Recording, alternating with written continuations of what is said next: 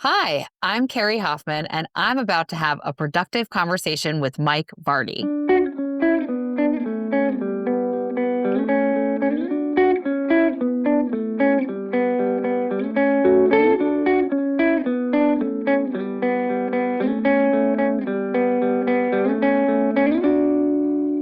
Welcome to A Productive Conversation. I'm Mike Vardy.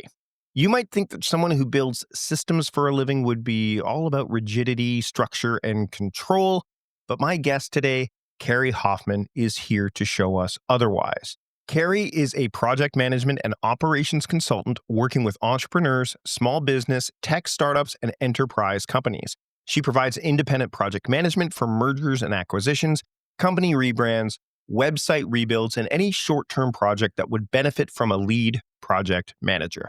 In addition, Kerry is an Asana consultant, partner ambassador, and expert working with teams to revamp their project infrastructure, implementing new systems, and training teams on their new, upgraded processes. Now, as you can see through this conversation today, Kerry brings a refreshing human lens to the world of planning. She has worked with individuals and teams alike to not just do more, but to do what matters, and with intention. In our conversation, we talk about the liberation that comes from giving your tasks a home, the surprising power of writing down the mundane, and even what it means to reflect without losing the moment. She also shares a brilliant take on why ASAP isn't always as clear as it sounds, and what to do about it. So whether you're navigating a new phase of life with more time on your hands, or just tired of letting things slip through the cracks, this is an episode you'll want to give your full attention to. Now, without further ado, here's my conversation, and a productive one at that, with Kerry Hoffman. Kerry, thanks so much for taking the time to join me today to have a productive conversation. I'm excited. Let's do it.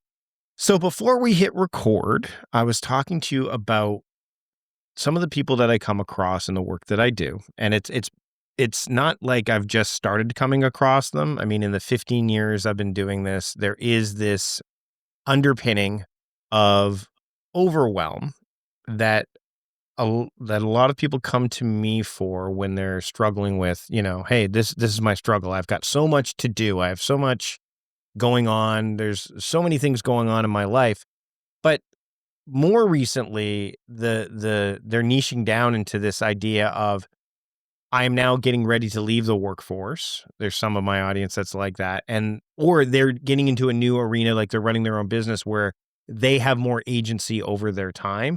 And so, because they've come from a place where they've been had their time pretty much commandeered, like 9 to 5, or they're told to be, they're resistant to planning, right? They're resistant to that sort of thing, and based on your skill set, so very Kerry, yeah. I would love to hear your thoughts initially, and then we'll kind of get into the deeper aspects of this conversation on the people that struggle with, hey, I never had control or agency over my time, and now I do, and I'm going to do what I want, and I don't want to have a plan, and I'm just going to kind of float through and be more ad hoc. So what would you say to someone if they came to you with something like that? And how would you address it with the work that you do?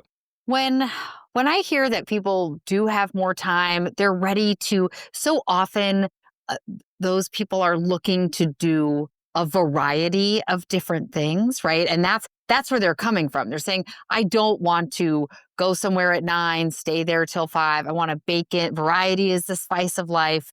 But then where do I even begin? There's always so much that's coming kind of at us, right? And it's not like back in the day where maybe on your desk you would have that little box for called inbox, right? And you put everything in there.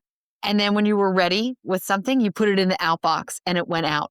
And so when I work with people, usually what I'm trying to figure out is you have a lot that's coming in. You're trying to figure out where to put everything, how to structure your life, but you don't actually know where it should go because you haven't created a home for everything. I tell people when you put clothes away in your closet or anything away in your closet, I don't know how organized your closet is, but you probably have a general sense of where you want certain things to go. I put shoes roughly over here, put bags roughly over here. It's about building a system for our lives where we have the same closet structure that as items come in, we can try to find a place to slot them. But a lot Right. of people have a system for that. Mhm. Mhm. So, and this is a form of chaos too, to a degree, right? Like there's this idea of Absolutely. it's so funny because I think about the term chaos and I can't help but go to my like the I'm a big comic book nerd, I'm a big movie nerd. And there's this line from one of my favorite heroes, Vision, who says, humans are odd. They think order and chaos are two different things. So when it comes to like the idea of dealing with chaos and staying organized, it is something that they struggle with. So what are some maybe more unconventional methods that that you use and maybe that you share with others that maybe personally and professionally that can help keep things in a sense of order? My biggest tip, personally and professionally, is people are looking for this silver bullet. Do you have a notebook that has everything? What is the absolute perfect tool that does everything? And the answer is there isn't one tool that does everything. Right. And so, really, what you need to do is you need to give purpose to the varieties of ways in which you manage your time and your work. And so, for example, I use a calendar only for things that happen at a set time. I personally can't manage reminders at the top, time blocks of things I'm never going to do during that time. So I say that calendars are good for appointments, right? Mhm. Versus spreadsheets, which I might use to track things like packing lists and travel notes, right? That are more kind of long term. And then I use a project management tool when I need to capture something that I might have to do today, but something that I might have to do 6 months from now. A lot of people are set up to manage the immediate. Right. And a lot of people are not set up when someone says, oh, my 40th birthday is going to be in June and I'm thinking about planning a trip and you might have to get that person a gift and you're thinking June, is that months from now? You don't have a place to put that information. And so maybe it's less conventional, but I use Asana. That's my tool. And when I think of something that I have to do 6 months from now, I go into my tool, I tab over 6 months and I pop it in there. And what a joy it is when I open up a date randomly and it says, flip my mom's mattress, because I go to her house every now and every 6 months we have to flip her mattress and I have a task. And when I cross it off, it recurs for 6 months. But I have a place for that information Yeah. and I don't have to recall it at any time because I have a spot for it. It's funny because I find that there's resistance to even doing that. Like those mundane I've shared this before, but I have in Todoist for personal use. I use ClickUp for professional use as of this recording. And uh I have in there not put up holiday lights, but decide when to put up holiday lights. And then that will proceed then I may add the other action in there and there might be other areas. But a lot of people are like, "Well, why would you do that? Like, you have to put up the lights." And to me, the freeing up of bandwidth is really, really important. But there is this friction because you have to build the habit of knowing that putting that in there is going to ensure or at least increase the likelihood that it's going to get done.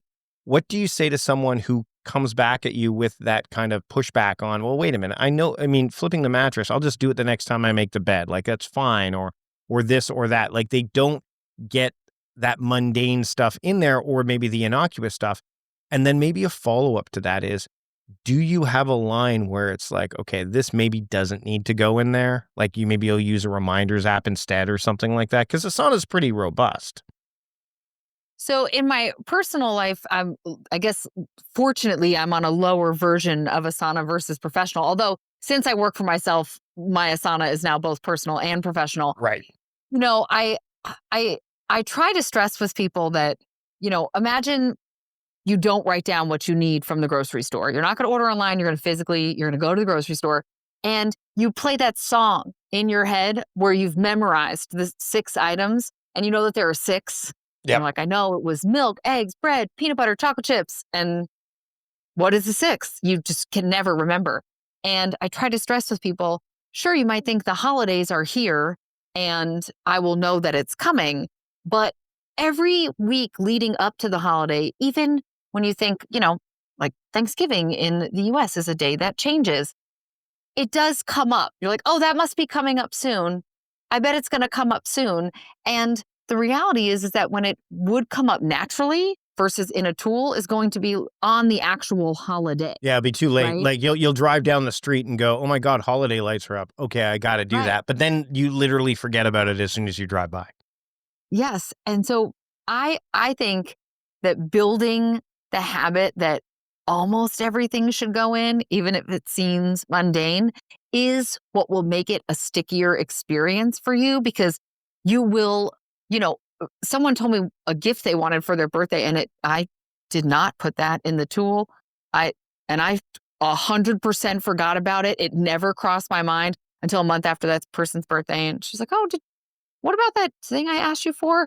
And I said, wow, I'm in such a place where if it's not in my Asana list for the day, it doesn't get done. And I will say I am a David Allen fan for I sure. was gonna say And the appointments thing in the calendar, like that, tipped that off for me.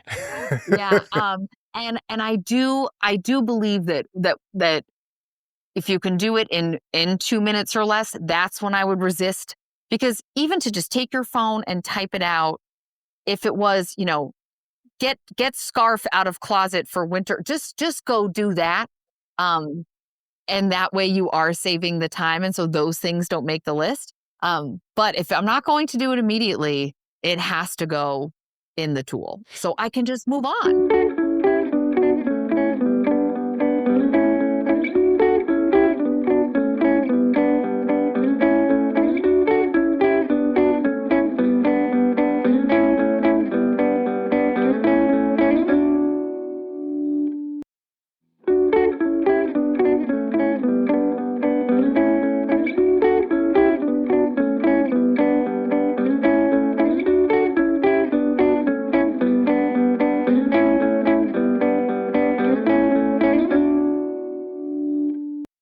To me, it's again, the decide to put up holiday lights versus putting it up are two completely distinct different things. However, if I decide on the day, like because I use daily themes, typically that will fall on a Saturday where I get that message that goes, "Hey, decide when to put up the lights."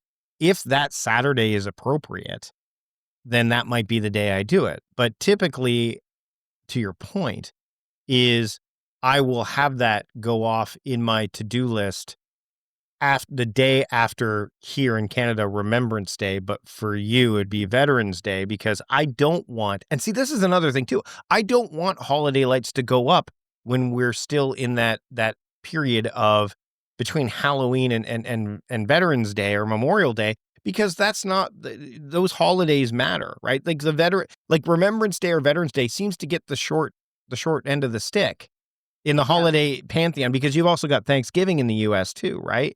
So to me, Right. like when you can put it in the system, however your approach is or the app or whatever the tool is, if you look at it from that vantage point, to me, it allows you to kind of be carefully considerate of that time to go, okay, well, this makes the most sense. But I think initially the habit you have to build is the capture everything kind of mentality as like it's basically the messy first draft, and then you refine it after that, right? Right. And I know that I know that so many people hear over and over again, you have to take a task and break it down into like a series of smaller tasks. And people, they hear that and they say, great, I'm still not going to do any of those Yeah. tasks. But, the reality is when you don't do that, especially in a work context, if you are using a tool and you put something on for Friday because it is due at the end of the week, and then you look at it on Friday, prep QBR deck for client, you're like, oh my gosh, Yep. I have not started this work. That's where it is really key in your tool. The week before, is that when you're supposed to collect the data? And so often I've worked with companies where I used to work at a company where we did 2 check-ins per quarter, and usually we had to start collecting data 2 weeks out. We had to show, the deck to our manager a week out. We did a rehearsal.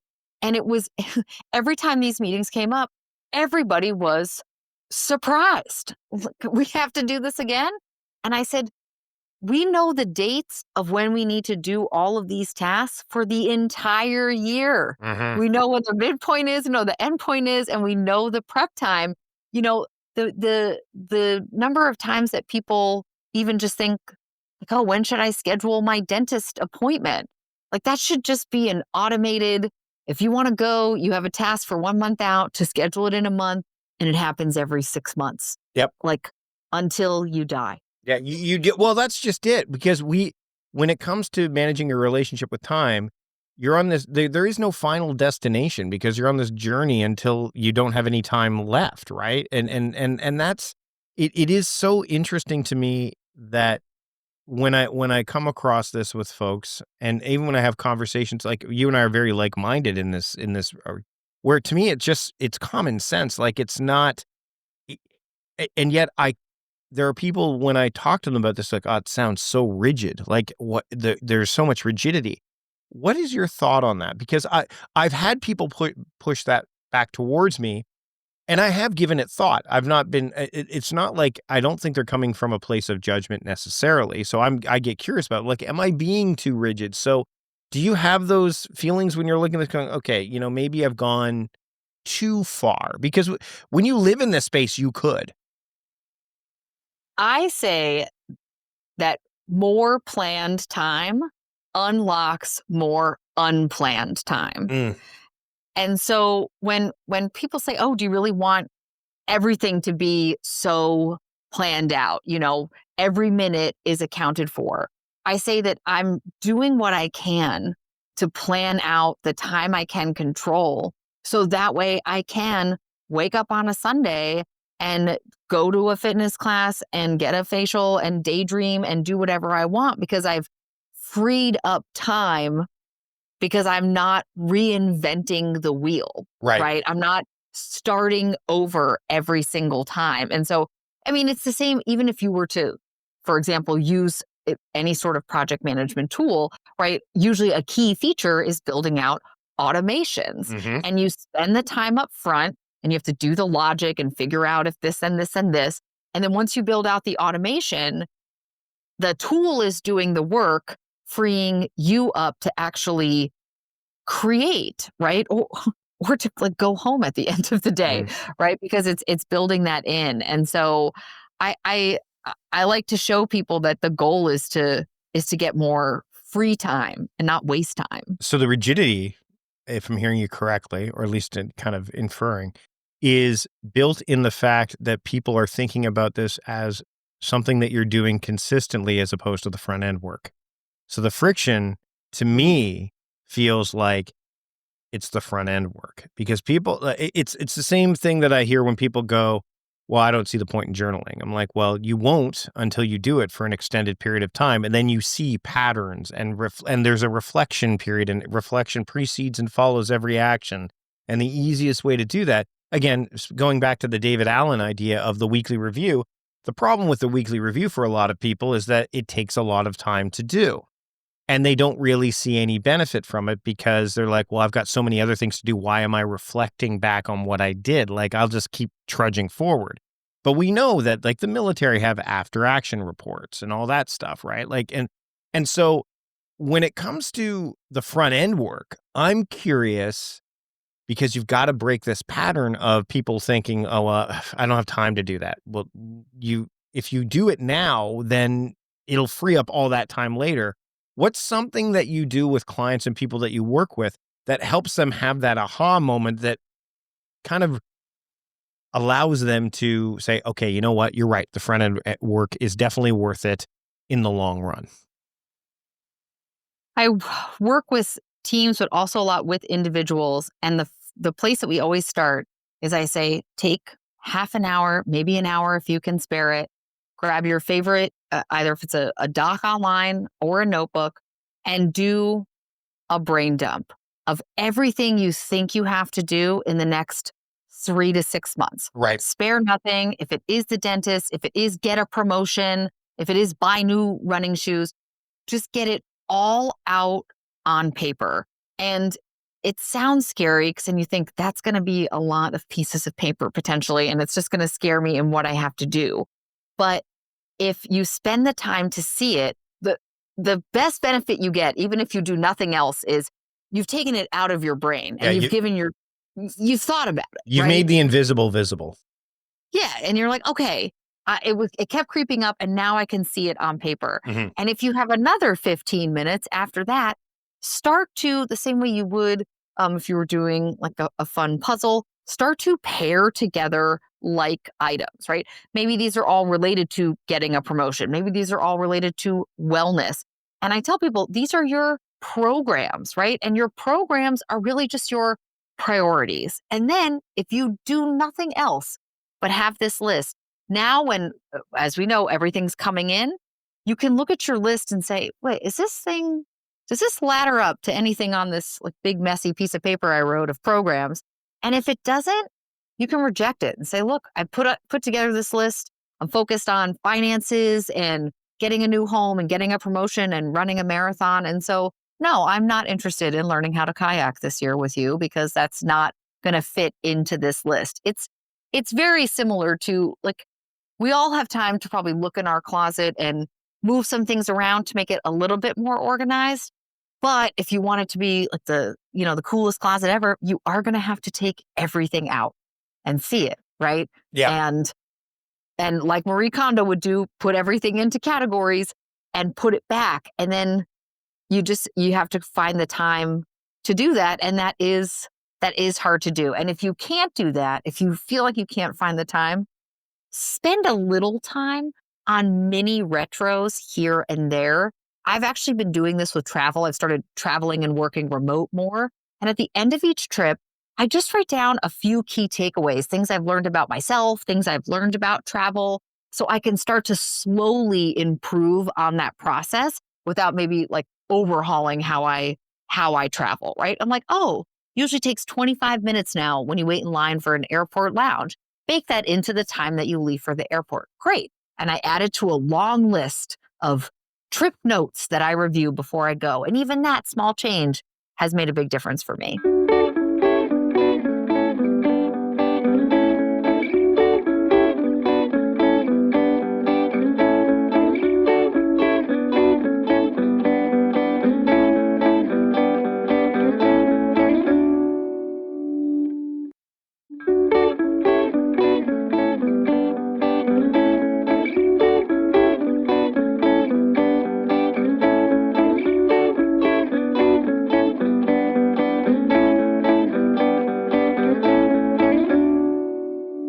We live in a world that asks us, especially in quote, let's use the rat race or in a typical work environment, to do inhumane amounts of things in a very short period of time.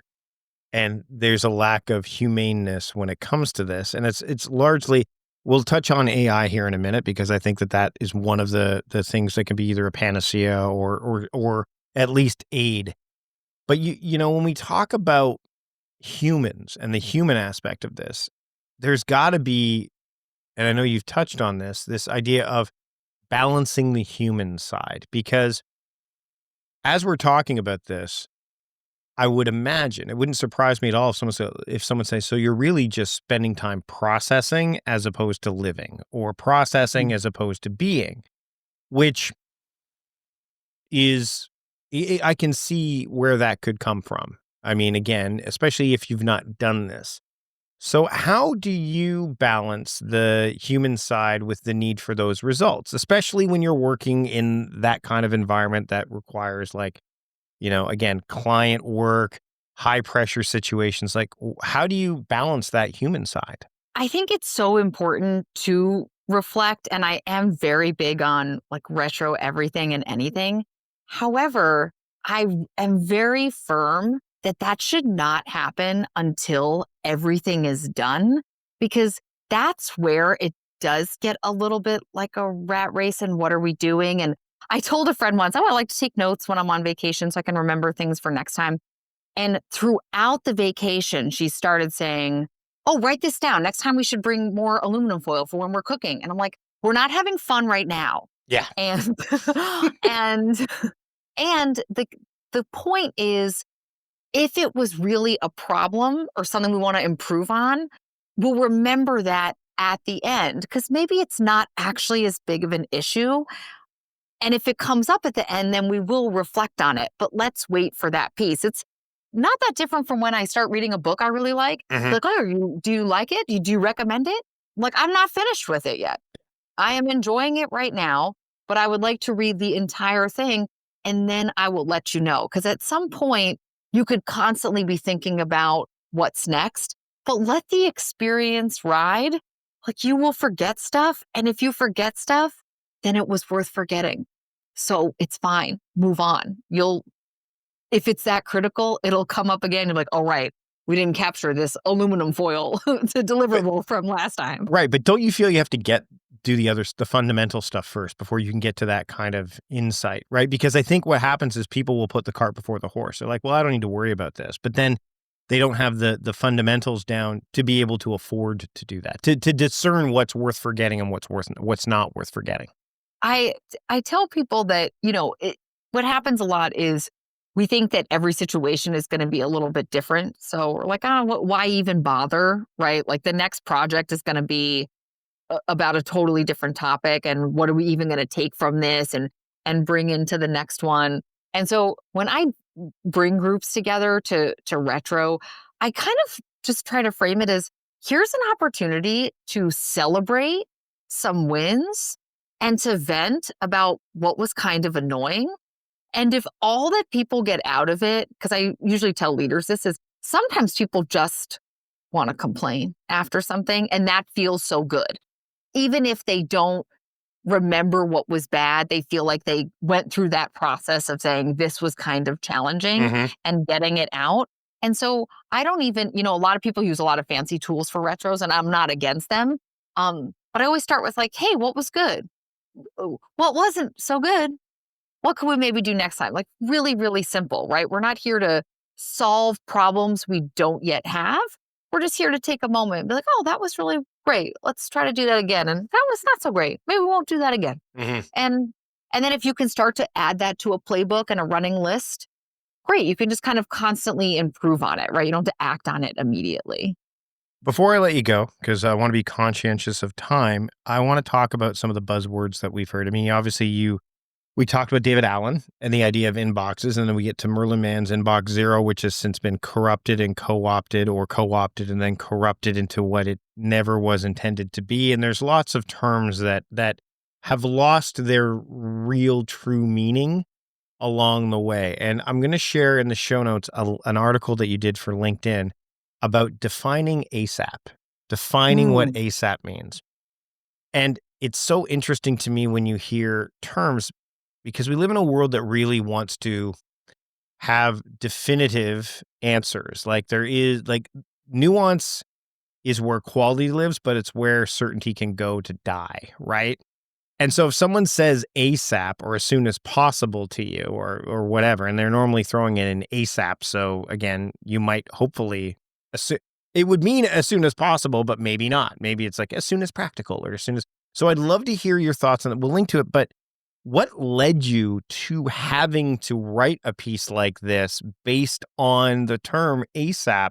Because if we even gotten to the point where ASAP needs to be there needs to be some couching and some nuanced approaches to that term. To me, I found that absolutely fascinating. When I hear from a team I'm working with, oh, we need this ASAP. We really need this copy ASAP. This project needs to be done ASAP. My, if I'm in Asana or Monday or ClickUp or whichever tool I'm using with the client, when I open the task, I'm like, well, this is not a date that I can track. And as someone who is very date oriented, even if there's something I want for myself ASAP, I'm still thinking, but if I'm going to put this in my Asana project, I would need to put a date around it. And so it's easy to say that we need everything like now. Now would be great, or as soon as you can get to it, right? Kind of forgetting that people work on more than maybe what you're just asking for, right? They have other priorities. And so I started to think about when someone asks for something as soon as possible, like how are they thinking about it? Do they mean tomorrow? And who is in charge of defining what is possible? And that's the part that, like, I don't have the answer to that. And that's where teams have to decide. But, I love when teams get together and they say, we could produce this amazing video by Friday if we hire extra resources, have more budget, work until 9. Or we can produce it by next Friday and we can work regular hours and maybe we won't go over budget. And then who's kind of the decider of how you want to make it possible, right? And I think that that's something that I want to see more teams do in the project charter process of how are we defining possibility, right? Mm, And I think more people are getting better about like setting boundaries, right? And so that's where we need to boundary set, right? Like how do we think of what's possible? right, right. Last question. And for those that'll visit your website, which we'll share at the end, they'll know why I ask this. What's your favorite non-alcoholic beer and what's your favorite non-alcoholic cocktail? My favorite non-alcoholic beer right now is Al's. I really like their beers. I do also love Athletic Brewing, but Al's is starting to appear more, on different menus. But I will try almost anything. And my Will you try Tom Holland's Bureau now that it's coming into North America? sure, I'm into that. I'll do it. He's been on the Uh, promotional tour talking about it. So BERO.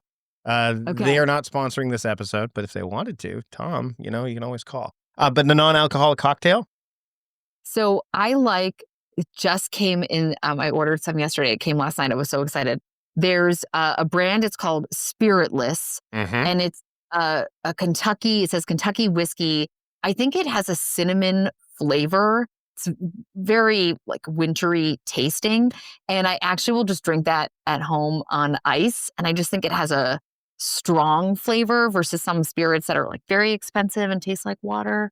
Um, so there's a lot to explore out there. The non-alcoholic wines are also starting to get a lot better. And by better, I mean less juice.